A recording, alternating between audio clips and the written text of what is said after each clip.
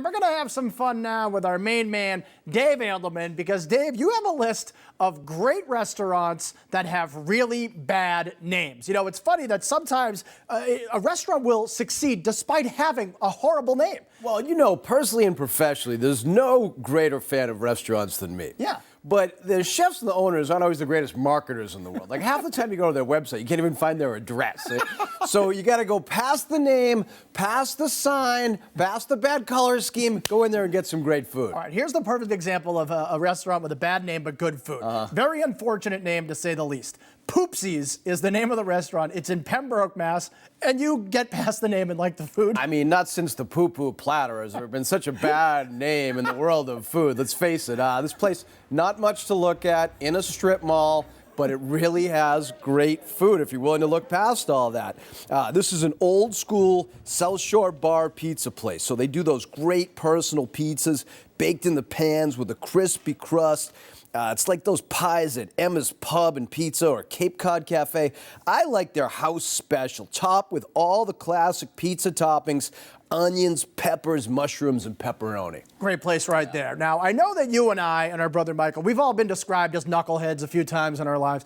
Never would I ever think to name a restaurant Knuckleheads. Yeah. But that's a place in New Bedford, and you like Knuckleheads. Well, truth in advertising for this show and for certain restaurants. Sure. Yeah. They have pictures of famous knuckleheads. We're Stooges guys. I mean, we host the Three Stooges New Year's Eve marathon. They've got Don Knotts, if you really want to kick it old school. He's a over good there. knucklehead. But they have great stuff. Seafood right from the New Bedford waters. Enormous 1-pound lobster roll on a bulky roll. Portuguese food like Mozambique shrimp and Portuguese steak with a fried egg on top.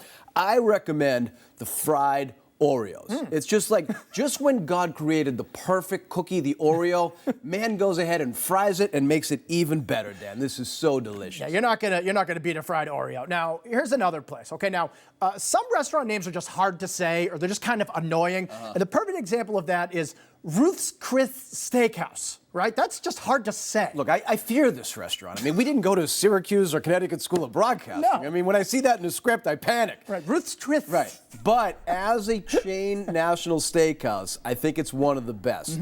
In Boston, it's built out of the old City Hall, so it's this beautiful building. And they have great steaks. They come on those sizzling platters with tons of butter. Get yourself the Porterhouse for two. This is a huge slab of beef, sirloin on one side, tenderloin on the other, big bottle of red wine. That's a great night out. Yeah, and for the record, there should never be an apostrophe S after a TH. Ruth's Chris Steakhouse. They should just call it Lispy's Steakhouse. That's a tester right there. All right, let's go on to the final one. Now, in Rhode Island is full of quirky restaurants with quirky names, and this might be the wackiest of all. Iggy's Doughboy. That's the name of the restaurant. They got two locations, Warwick and Narragansett. Tell me about Iggy's Doughboys. Well, there was no Iggy. There was just an Italian license plate that had an I and a G and a 6. But they do the Doughboys, which is like a cross between a donut and fried dough right out of the fryer later. They're coated in sugar and served in a bag with sugar inside, so you shake it up to get that perfect covering.